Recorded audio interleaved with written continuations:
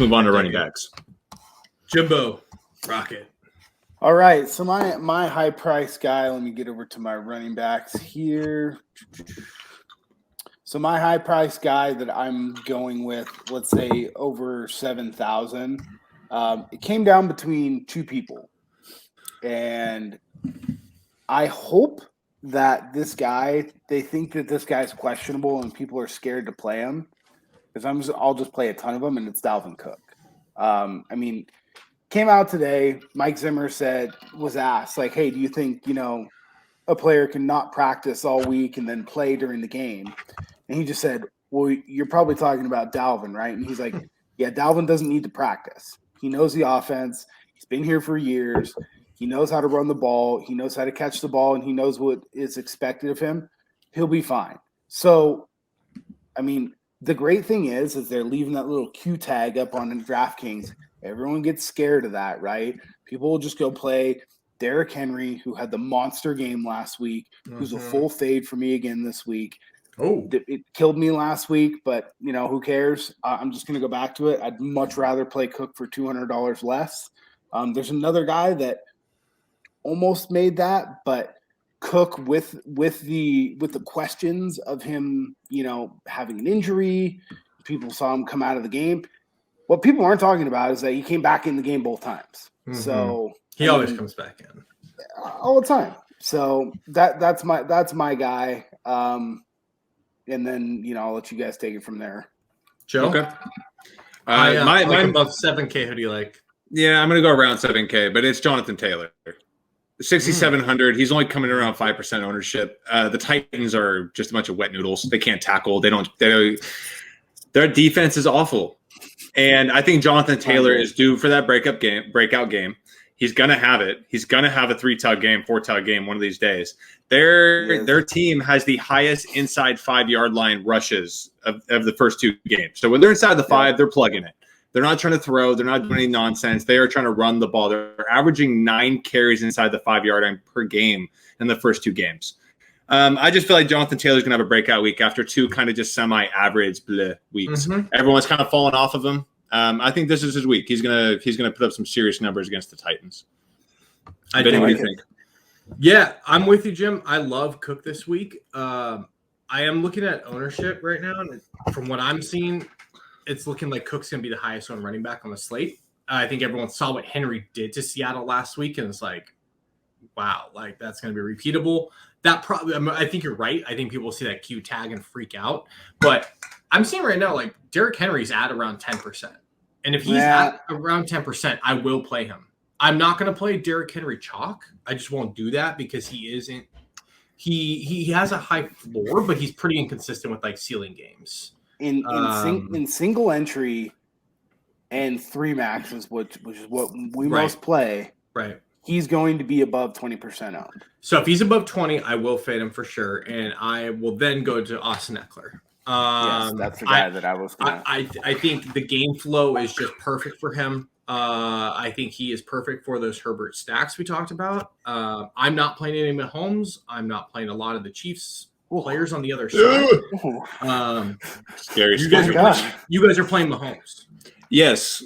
The Chargers are giving up. The Chargers have one of the highest yards per attempt so far. I mean, I know they've been playing well, but they're a big play giver-upper team. I get it. What I'm saying is I like the Charger side of the game, and as a contrarian like side of it, as a bring back, like they're gonna have to score points, right? Like they're gonna have to push the ball. But on top of that, even if the game flow goes the way you're not expecting, what you're gonna see in that game is Kansas City also has the highest yards per carry against them in the season.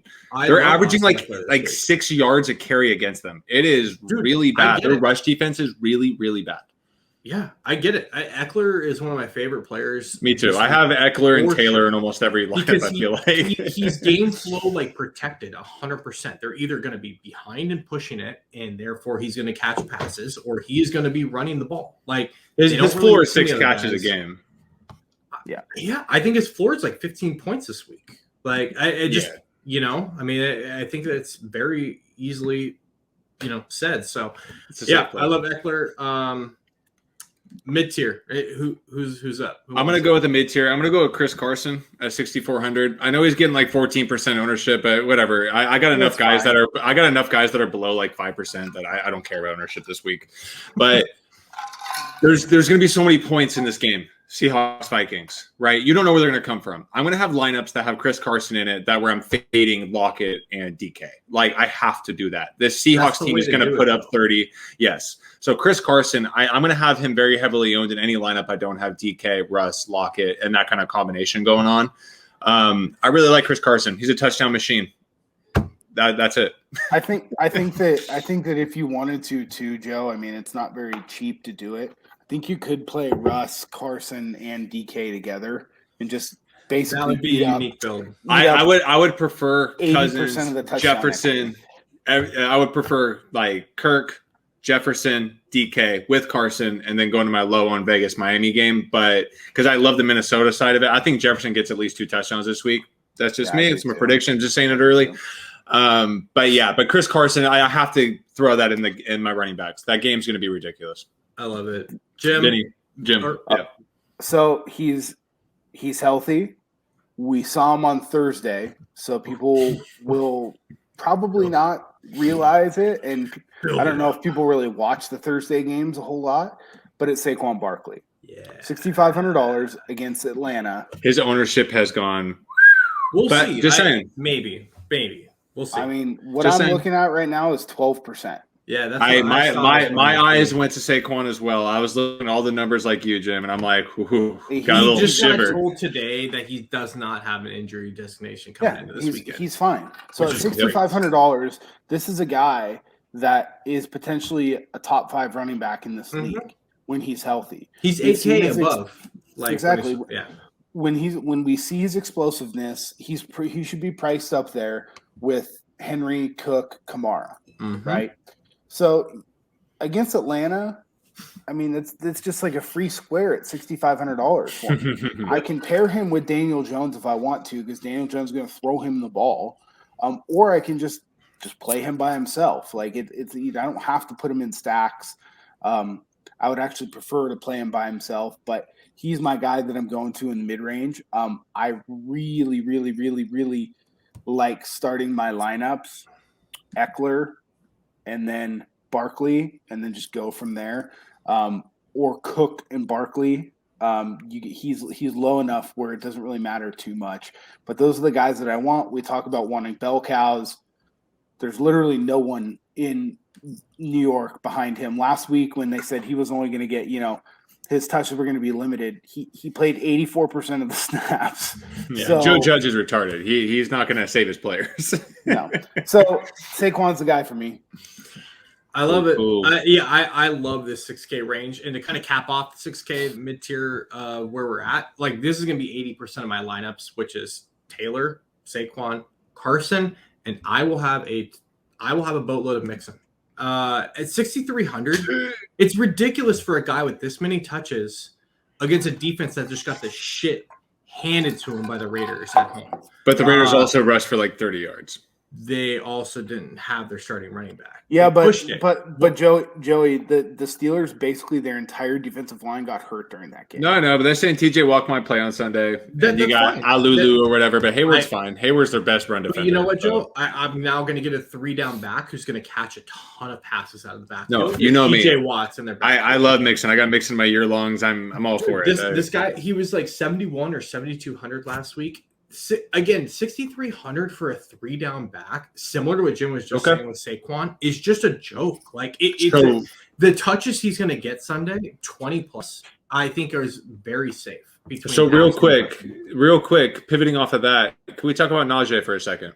Same game. Yeah, sure. So what do you guys think about Najee this week against a Bengals team that obviously is going to give up a lot of points this year? They're going to turn the ball over because they're hitting Burrow at a astronomical number. I don't know if he's going to make it through this season. I think Najee is a fine play. Yeah, the Bengals' run defense has not been good so far. I mean, but neither has the Steelers. The Pittsburgh's offensive line for sure. It's a weird game. That's why I want to talk about it. Losing Pouncey and some of these guys is a major concern, dude. Like reading the PFF and some of these other things, like the Cincinnati Bengals defensive line has like a massive advantage, and that terrifies me even on paper. Like that's never happened in the history. I think that Najee Joe is more of like a cash game play. He's got a very safe floor. Could he explode and go for 30? He could. I actually like him a little bit more now that Deontay Johnson's been ruled out. That's a good point. So we're doing the pod a little bit later in the week this week, which is kind of nice because we get to talk about some of that stuff. He's going to eat up some of those close to the line of scrimmage short yard passes that Ben was throwing.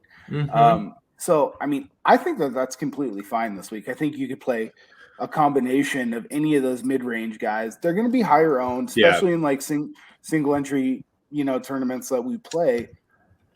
But I don't think it's to the point where you can't play them. Yeah, right? I think there's a lot of listeners in the same boat as me where I didn't play Najee in the first 2 weeks. I wanted to see what was going to happen.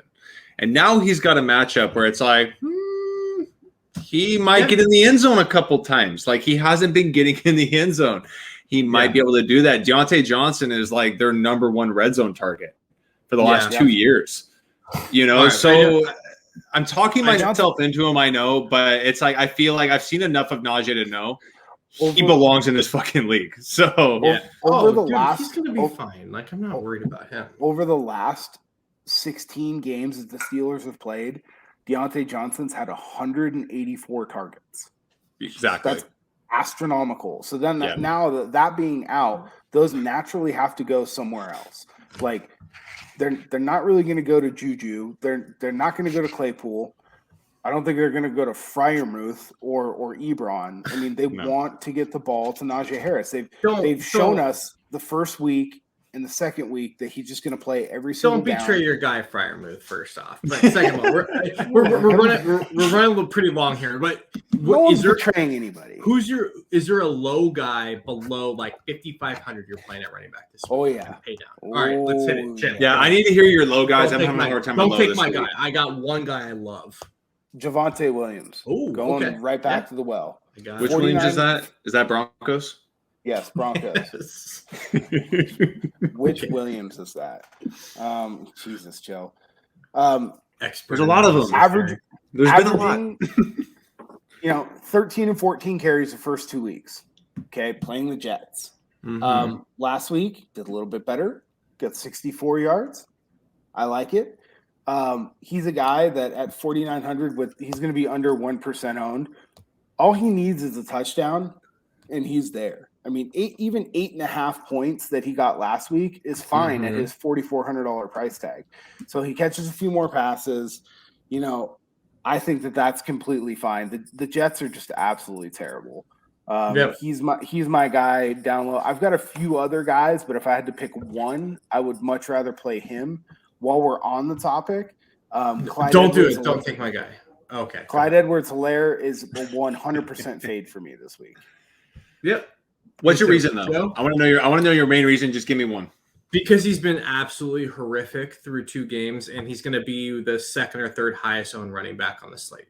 I don't think that Andy Reid is going to look to get him. He's the only running back there, and he has the exact same amount of carries as Javonte Williams does. I also have a ton of respect for the Chargers defense. And he hasn't been good through the first 2 games. Why is he all of a sudden now going to explode? I'm out. I don't think the Chiefs think Clyde is as good as they thought he was going to be. Totally. Yeah, I think that's exactly the situation they're in right now, and you're going to see whatever Williams is still there. Again, another Williams. Whatever Williams is still in Kansas City with Damian, Darrell, I don't know. Like, I'm glad that situation's over, by the way, so we can figure out who's who. But one of them is going to end up getting like half the carries on that team by the end of the year. Like, I just don't think Clyde's what they were looking for. I don't think he's got it, man. He doesn't shake people like he was in LSU. Who's your low-end guy? Do you have someone?